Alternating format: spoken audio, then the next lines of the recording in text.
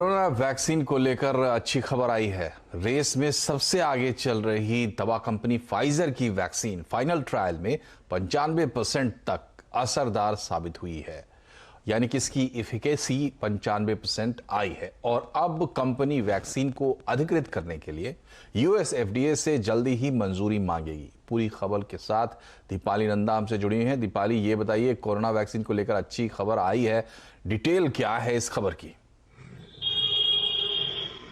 देखिए, इस वक्त देश और दुनिया की नजरें कोरोना वैक्सीन पर टिकी हुई है और फाइजर की अगर हम बात करें तो इस अमेरिकी दवा कंपनी ने कुछ दिन पहले ये दावा किया था कि जो फाइजर की कोरोना वैक्सीन है वो 90% तक प्रभावी है। लेकिन आज जो एक इंपॉर्टेंट अपडेट कंपनी की तरफ से आया है वो ये कि जो फाइनल क्लिनिकल ट्रायल हुआ है उसमें 95% तक प्रभावी फाइजर की कोरोना वैक्सीन दिखाई दी है। खास तौर पर अगर हम एज ग्रुप की बात करें तो 30 से लेकर 55 साल के वॉलेंटियर्स पर जो इनका क्लिनिकल ट्रायल किया गया, इस वैक्सीन को देने के बाद ये पाया गया कि उनकी बॉडी में काफी तेजी से एंटीबॉडीज डेवलप होते हुए नजर आए हैं। जल्द ही कंपनी यूएस एफडीए से वैक्सीन बनाने के लिए मंजूरी लेगी और इसका रजिस्ट्रेशन कराएगी।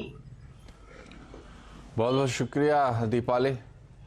और वैक्सीन पर जो खबर आई है दीपाली, वो तो एक अच्छी खबर है, लेकिन दिल्ली में जिस तरीके से कोरोना विकराल होता जा रहा है, एक बार फिर से भीड़ को रोकने की कोशिशें दिल्ली में चालू हो गई है। 50 से ज्यादा लोग वहां अब इकट्ठा नहीं हो सकते। शादी या किसी दूसरे समारोह के लिए 200 की संख्या पहले निर्धारित की गई थी, घटाकर 50 कर दी गई। और दिल्ली सरकार को केंद्र सरकार ने कोरोना कंट्रोल में हर मदद देने की बात कही है। तो दीपाली, ये बताइए कि दिल्ली में क्या कुछ हो रहा है? देखिए, दिल्ली में कोरोना के हालात लगातार बेकाबू होते हुए नजर आ रहे हैं। 5 लाख से ज्यादा लोग हैं जो अब तक सिर्फ राजधानी दिल्ली में कोरोना की चपेट में आ गए हैं। जिस तरह से आपने जिक्र किया कि कल ही मुख्यमंत्री अरविंद केजरीवाल ने इस बात का ऐलान किया था कि जो अनलॉक के तहत शादियों में मेहमान की संख्या 50 से बढ़ाकर 200 कर दी गई थी, उसको घटाकर फिर से 50 किया गया है और आज लेफ्टिनेंट गवर्नर ने इसे मंजूरी दे दी है। यानी कि किसी भी तरह के समारोह में 50 से ज्यादा लोग इकट्ठे नहीं हो पाएंगे।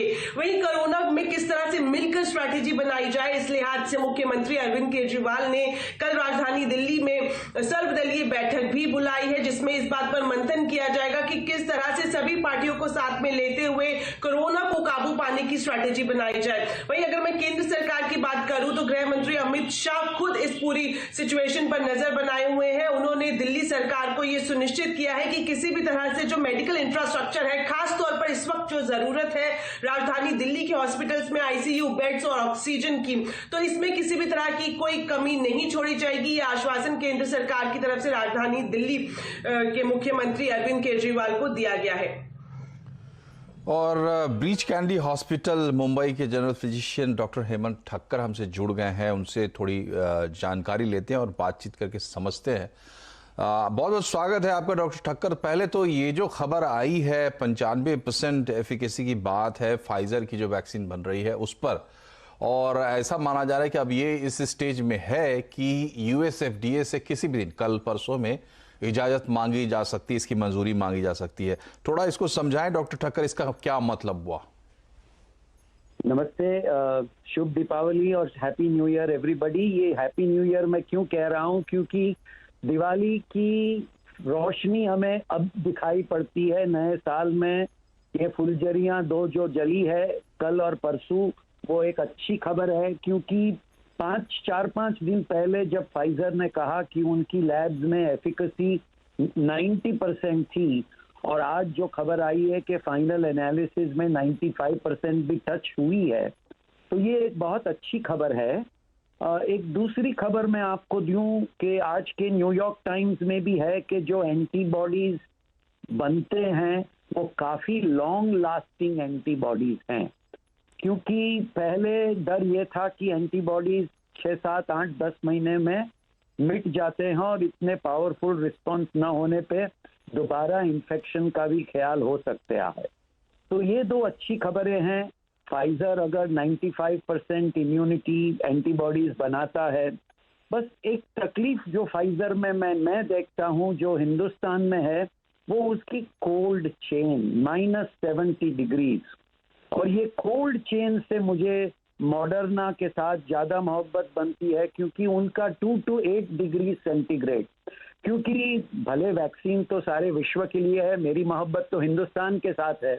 और हिंदुस्तान में ये -70 डिग्रीज में कहाँ कहाँ किन लोगों को किन जगह पहुंचाऊंगा, -70, तो उसमें कुछ फेर फार हो या उसमें कुछ चेंज आता है तो वो रियल रोशनी हो जाएगी, क्योंकि 95% और एंटीबॉडी काफी लंबे तक बनाना, ये बहुत अच्छा निर्णय आया है उनके लेबोरेटरी में से। और ये देखते हुए मैं वापस दोबारा हमारे दर्शकों को कहूंगा कि अभी बहुत गई है, थोड़ी बाकी है। Please social distancing, masking, grouping, shopping, hugging, सब दूर रहिए। 3-4 महीने में हम ये जंगल से बाहर आ जाएंगे। ये दिवाली की रोशनी अपनी आंखों के सामने रख के चलिए, तो हमें 3-4 महीने में छुटकारा मिल। लेकिन डॉक्टर ठक्कर, आपने खुद भी जो बात कही उसको हमारे दर्शकों की दिलचस्पी तो ज्यादा इस बात में रहेगी कि उन तक राहत कब तक पहुंचेगी। तो ये जो एक तो बहुत बड़ी बात है, फाइजर की वैक्सीन ने अगर ये इफिकेसी डेवलप की है, बाकी जो निटी ग्रिटीज हैं कि कोल्ड चेन और डिस्ट्रीब्यूशन सिस्टम वगैरह, लेकिन हमारे देश में हमें किन वैक्सीन पे नजर रखनी चाहिए और कब तक वो हम तक पहुंचती हुई दिखाई देती हैं आज के हालात में, अगर हम बात कर रहे हैं? भाई देखिए, हिंदुस्तान में भी हमारे सीरम इंस्टीट्यूट में से भी वैक्सीन बनने वाली है और दूसरी कंपनीज भी इसकी रेस में हैं। हम तो जो 85-90% के ऊपर एफिकेसी वाली वैक्सीन हो, जो आसानी से मिल सके, जिसकी कीमत भी सूटेबल हो, जिसका डिस्ट्रीब्यूशन सिस्टम, जिसका स्टोरेज सिस्टम सही हो और जो मेरे सारे देशवासियों को आसानी से मिले, वो वैक्सीन हम ज़्यादा चूज करेंगे। एफिकेसी 90% के बाद वो फर्क 19-20 का होता है वैक्सीन में, मगर दूसरी चीज़ों में फर्क देखते हुए फिर हमारी सरकार और हम लोग चूज करेंगे किस वैक्सीन को हमें देना है और किस वैक्सीन को अपनाना है। ठीक है। और डॉक्टर ठक्कर, एक और चीज़ आपसे जानना चाहेंगे, क्योंकि ये अभी न्यूज़पेपर्स में जो रिपोर्ट आई है, जो आंकड़े बता रहे हैं, वो ये बता रहे हैं कि 30,000 तक डेली केसेस तक हम चले गए थे। लेकिन जो दिवाली और भाई दूज का जो वीकेंड रहा, उस वीकेंड के बाद जो डेटा आया है उसमें 38,000 का आंकड़ा आया, करीब 30% से ज़्यादा की बढ़ोतरी उसमें देखी गई है। तो त्योहारों से एक कोरिलेशन बनता हुआ दिख रहा है। और दूसरी बात यह है कि एक बड़ा त्यौहार, छठ का त्यौहार, जो कम से कम बिहार यूपी में तो बहुत ही बड़ा त्यौहार है और देश के तमाम अलग अलग हिस्सों में ये त्यौहार मनाया जाता है, तो उसको लेकर भी थोड़ी सी चिंता हो रही है। तो ये वायरस के संक्रमण फैलने को लेकर और त्योहार जो जिस तरीके से हो रहे हैं, आप क्या सलाह देना चाहेंगे? मैंने तो एक पूरे लाउड स्पीकर से पहले दिन से कहा है कि त्योहार अगले साल भी आएंगे। दिवाली और गणपति के टाइम में हमने जो डिस्टेंसिंग ना रखने से जो पीक देखा था, फ्लटर देखा था, दोबारा हमने दिवाली के आसपास, अभी तो ट्रेलर है, 5-6 दिन के बाद मालूम पड़ेगा, मगर थोड़ा अपटिक हम देख रहे हैं। मेरी तो प्रार्थना ये रहेगी कि अभी भी छठ का त्यौहार हो कि फिर अगले महीने क्रिसमस आएगा, कि कोई भी त्यौहार हो, ये साल सब त्यौहार घर पे मनाने हैं, अपनों के साथ, बाहर पे नहीं मनाने हैं। क्योंकि जब तक वैक्सीन नहीं आता है फरवरी-मार्च में, तब तक ये, अगर एक आदमी को भी पूरे बिल्डिंग में लग जाता है तो पूरे बिल्डिंग की सेफ्टी, सिक्योरिटी बिगड़ जाती है। और एक खानदान में अगर एक मेंबर को कुछ इधर का उधर हो जाता है तो वो पूरा खानदान बेघर हो जाता है। इतनी प्रार्थना जरूर करूंगा कि आप सोशल डिस्टेंसिंग, त्योहार, शादियां, ये सब मौके जो है अगले साल जरूर आएंगे। प्लीज अपने पे कंट्रोल रखिए। अपना ये जो मिलना जुलना, बाहर जाना, शॉपिंग करना, ये साल पोस्टपोन रखिए। ये मेरी कड़ी प्रार्थना रहेगी। बहुत बहुत धन्यवाद आपका डॉक्टर ठक्कर। और हम भी अपने तरफ से दर्शकों से अपील करेंगे कि कम से कम अपनी समझ के हिसाब से सोशल डिस्टेंसिंग का पालन जरूर करें। खास करके त्योहारों के मौके पर बहुत ज़्यादा संभावना बढ़ जाती है। और जैसा डॉक्टर ठक्कर ने बताया कि दिवाली का जो नतीजा हुआ है वो आने वाले कुछ दिनों में देखने को मिल सकता है, जैसा दीपाली बता रही थी कि दिल्ली में देखने को मिल भी रहा है। दीपाली, आपका भी बहुत बहुत शुक्रिया। बढ़ते हैं खबरों में आगे। राजधानी दिल्ली में कोरोना के फिर से बढ़ते मामलों की वजह से क्या हुआ देखिए। संसद का जो शीतकालीन सत्र है वो टल सकता है, और अगर ये टल गया तो अध्यादेश और बिल्स जो संसद में पेंडिंग है उनको बजट सत्र तक इंतजार करना पड़ेगा। डिटेल लेते हैं आलोक प्रियदर्शी से। आलोक, ये बताइए कि क्या असर होगा, कौन से ऐसे खास बिल या अध्यादेश हैं जो लटक जाएंगे?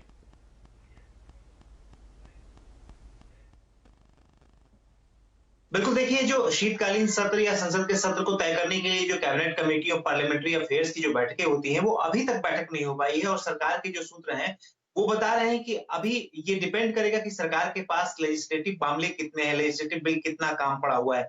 लेकिन जो हमें जानकारी मिल रही है, क्योंकि पिछले सेशन, मानसून सेशन में बहुत सारे ऐसे ऑर्डिनेंस थे जिसको पास कर लिया, लेकिन अभी जो है 3 ऑर्डिनेंस अभी भी इफेक्टिव हैं, जिनमें एक बात करें तो एनसीआर के एयर क्वालिटी से रिलेटेड है, फिर मिनिस्टर के सैलरीज और उनके पॉक्स से रिलेटेड है। तो 3 ऑर्डिनेंस पेंडिंग है, और इसके अलावा कई सारे इंपॉर्टेंट बिल, जिसमें कि एक पेस्टिसाइड मैनेजमेंट बिल है, इसके अलावा सरोगेसी बिल है, एआरटी बिल है, और इसके अलावा एक और इंपॉर्टेंट बिल है personal data protection bill. Personal data protection bill इसलिए बहुत जरूरी है कि देश में तमाम चीजों की जो रेगुलेशन होनी थी, चाहे वो ई कॉमर्स पॉलिसी आनी थी, चाहे वो इससे जुड़े हुए जितने भी आगे काम होने थे, इसी पर्सनल डाटा प्रोटेक्शन बिल के आधार पर होने थे। लेकिन अब इस पर्सनल डाटा प्रोटेक्शन बिल के अटक जाने की वजह से अब ये कई सारे जो ई कॉमर्स पॉलिसी जैसे जो मामले हैं वो आगे और लटक जाएंगे। तो कुल मिलाकर विंटर सेशन को लेकर अभी तक कोई फाइनलाइज नहीं हुआ है, और जो हमें जानकारी मिल रही है कि विंटर सेशन को अब बजट सत्र के साथ, यानी जो जनवरी के एंड में बजट सत्र होता है उसके साथ ही क्लब कर दिया जाएगा, यानी कि विंटर सेशन की जगह अब सीधे सीधे जो बजट सेशन है उसी को किया जाएगा। क्योंकि पिछले आपने देखा होगा कि मॉनसून सेशन जब खत्म हुआ था सितंबर में, उसके बाद 6 महीने का समय होता है संसद सत्र बुलाने के लिए, और इस लिहाज से सरकार के पास समय है, वो चाहे तो अब सीधे सीधे बजट सत्र ही बुला सकती है, और लगभग ऐसा ही हमारे सूत्र बता रहे हैं कि ऐसा ही होने वाला है, सीधे बजट सत्र ही सरकार बुला सकती है, क्योंकि पिछले सेशन में 40 से ज्यादा सांसद जो है कोरोना पॉजिटिव हो गए थे।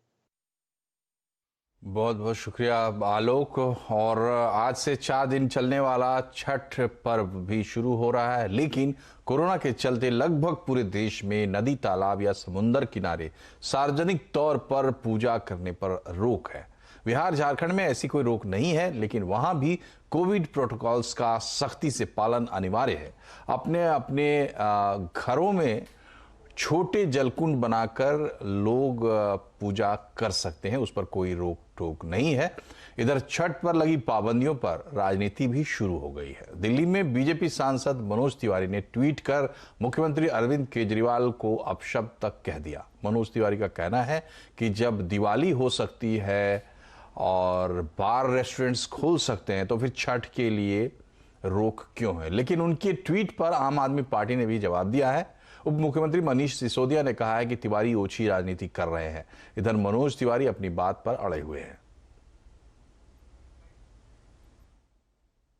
अगर हम जनप्रतिनिधि हैं ना, तो हम जनता का दिया हुआ नमक खा रहे हैं, और उन्हीं के साथ हम दगा करें, उनके साथ हम अत्याचार करें। तो मैंने एक हमारे ऑफिस से एक ट्वीट हुआ है, और उसमें उसके मैटर को पढ़िए। मैं अरविंद केजरीवाल जी को बोलना चाहता हूं कि लोग ऐसा ही बोलेंगे, अगर आप नहीं करेंगे ना तो लोग ऐसा ही बोलेंगे। भारतीय जनता पार्टी को इस तरह की मतलब कोरोना के संकट में इस तरह की राजनीति करना शोभा नहीं देता है। इस तरह की राजनीति थोड़ी सी ओछी राजनीति लगती है। मैं एक नागरिक के रूप में, एक गवर्नमेंट के रूप में यही कहना चाहूँगा कि इस समय कोविड है, और जिस तरह से हमने स्कूल बंद रखे हुए हैं, जिस तरह से हम और सारी चीज़ों को बंद रखे हुए हैं, शादी ब्याह में 50-50 लोगों की रेस्ट्रिक्शन तक लगी हुई है, वह बहुत सारे और फेस्टिवल्स हैं जिन पे रेस्ट्रिक्शंस लगी। तो अगर हमारी महिलाएं ख़ास तौर से जाके पानी में खड़ी होती हैं छठ के मौके पे, अगर वो होंगी तो उनको नुकसान हो सकता है, कोविड हो सकता है। इधर महाराष्ट्र सरकार ने भी कोरोना काल में छठ पर्व करने वालों से कोरोना की गाइडलाइंस का पालन करते हुए पर्व मनाने की अपील की है। महाराष्ट्र के गृह मंत्री अनिल देशमुख ने कहा है कि लोग समंदर और नदियों के किनारे छठ मनाने ना जाएं। ऐसा करने से कोरोना के फैलने का खतरा बढ़ सकता है। इसके लिए बीएमसी ने गाइडलाइन भी जारी की है। महाराष्ट्र में कोरोना का प्रकोप बढ़ना नहीं चाहिए। इसके लिए जो भी त्यौहार हुए, चाहे वो हिंदू के त्यौहार हो या मुस्लिम के हो या क्रिश्चियन के हो, या सभी जाति धर्म के जो त्यौहार यहाँ पे हुए, सभी त्यौहार को सादगी से मनाने का राज्य शासन का धोरण रहा है। अभी छठ पूजा का भी त्यौहार अभी आया है, उसमें भी ये त्यौहार बड़े सादगी से मनाने के लिए हमने गाइडलाइन इशू की है। कहाँ पे समुद्र के किनारे या नदी के किनारे इस प्रकार की पूजा ना हो, इस प्रकार की गाइडलाइन हमने इशू की है। पूजा जरूर होना चाहिए, लेकिन पूजा अपने अपने तरीके से अपने घर में होना चाहिए। इस प्रकार का सबने सहयोग करना चाहिए। और जो बाइडेन को पीएम मोदी ने दी फोन पर बधाई और क्या क्या की उनसे बातें, पूरी खबर ब्रेक के बाद।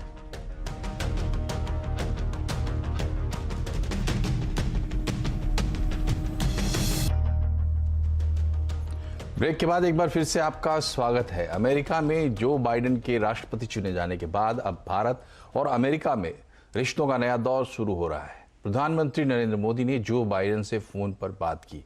प्रधानमंत्री ने उन्हें जीत की बधाई दी और कोरोना महामारी, climate change, Indo Pacific region में सहयोग पर चर्चा की। ये मोदी और बाइडेन के बीच पहली बातचीत थी। बाइडेन ने भी मोदी को धन्यवाद देते हुए दोनों देशों की रणनीतिक साझेदारी को मजबूत करने की इच्छा जताई। प्रधानमंत्री मोदी ने नवनिर्वाचित उपराष्ट्रपति कमला हैरिस को भी बधाई दी। और बाजार में जोरदार तेजी का दौर जारी है। आज सेंसेक्स और निफ्टी दोनों ने रिकॉर्ड ऊंचाई पर झंडे गाड़े। सेंसेक्स लाइफ टाइम हाई बनाते हुए 44,180 पर बंद हुआ, जबकि निफ्टी 12,938 अंकों के साथ नया हाई बनाते हुए 13,000 के बेहद नजदीक पहुंच गया है। छोटे मझोले शेयरों में आज भी अच्छी तेजी रही। वहीं बैंक निफ्टी 568 पॉइंट से ज्यादा चढ़ा। आज के बाजार का पूरा हाल बताने के लिए हमारे साथ है यतिन मोहता। यतिन, ये बताइए बाजार की तेजी के बीच आज के हाइलाइट्स क्या रहे? तो तेजी जारी है और 13,000 निफ्टी का जो साइकोलॉजिकल मार्क है वहां हम पहुंच गए हैं। अगर आप निफ्टी बैंक की बात करें तो लगभग 30,000 के आसपास हम लोग आ चुके हैं। तो कल के सत्र में शायद 13,000 निफ्टी पे और 30,000 निफ्टी बैंक पे हमको देखने को मिलेंगे। लेकिन अगर आप आज के सत्र की बात करें तो पीएसयू बैंकिंग स्टॉक से काफी सारा सपोर्ट हमको आज आता हुआ दिखाई दिया।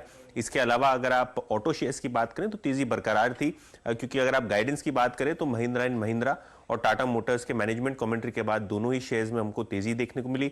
इसके अलावा जो आज शेयर फीके थे उनमें आईटी और एफएमसीजी कंपनीज के शेयर शामिल हैं, जहां इन्फोसिस, टीसीएस, एचयूएल जैसे शेयरों ने थोड़ा बहुत दबाव देखा। लेकिन ओवरऑल बेसिस पे कहना चाहूंगा कि बैंकिंग और ऑटो क्षेत्र ये दो ऐसे सेक्टर्स थे जहां से आज मार्केट को बहुत अच्छा सपोर्ट और ट्रैक्शन आता हुआ दिखाई दिया।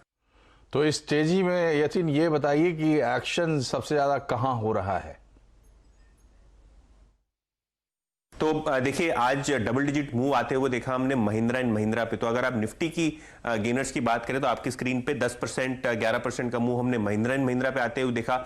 हेवी वेट्स की अगर आप बात करें तो एलएनटी, एसबीआई, आईसीआईसीआई बैंक से हमको अच्छा खासा सपोर्ट दिखाई दिया। 6 से 4% की ये रेंज की वहां हमको बढ़त देखने को मिली। लेकिन जैसे कि मैंने पहले कहा, इन्फोसिस, टीसीएस, एचयूएल, आईटीसी यानी कि पूरा का पूरा एफएमसीजी पैक और आईटी पैक में हमको आज दबाव आते हुए दिखाई दिया। लगभग 1.5 से 2% की मंदी यहां हमको देखने को मिली। लेकिन ओवरऑल बेसिस पे अगर आप मिड कैप मार्केट की बात करें तो बहुत एक्टिव था। बहुत जबरदस्त तरीके से हमने अदानी गैस में एक्शन देखा। दूसरे दिन लगातार डबल डिजिट गेन था, लगभग 18% ऊपर आज अदानी गैस हमको बंद होता हुआ दिखाई दिया। इसके अलावा हिमाचल फ्यूचरिस्टिक्स, स्पाइसजेट, आईआईएफएल फाइनेंस, ये वो चुनिंदा शेयर्स थे जो हमको 10 से 15% का मूव आता हुआ दिखाई दिया। लेकिन ऑटो शेयर्स की स्पेसिफिकली बात करते हैं, चाहे वो महिंद्रा एंड महिंद्रा हो, टाटा मोटर हो, दोनों ही शेयर्स में लगभग 10% का इंट्राडे मूव हमको देखने मिला। और मारुति के पीछे रहे, वहां भी 1% की तेजी। और मदरसन सुमी जिसकी इस हफ्ते एनालिस्ट मीट होने वाली है, वहां भी हमने लगभग 5% का अच्छा पुल बैक देखा।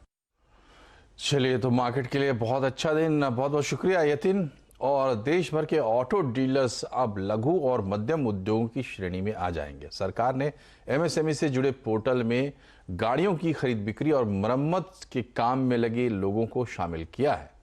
इससे डीलर्स को कई सरकारी योजनाओं का फायदा होगा। क्या फायदा होगा, डिटेल लेते हैं रोहन सिंह से। रोहन, ये बताइए एमएसएमई का दर्जा अगर मिल जाता है तो इसका फायदा क्या होगा?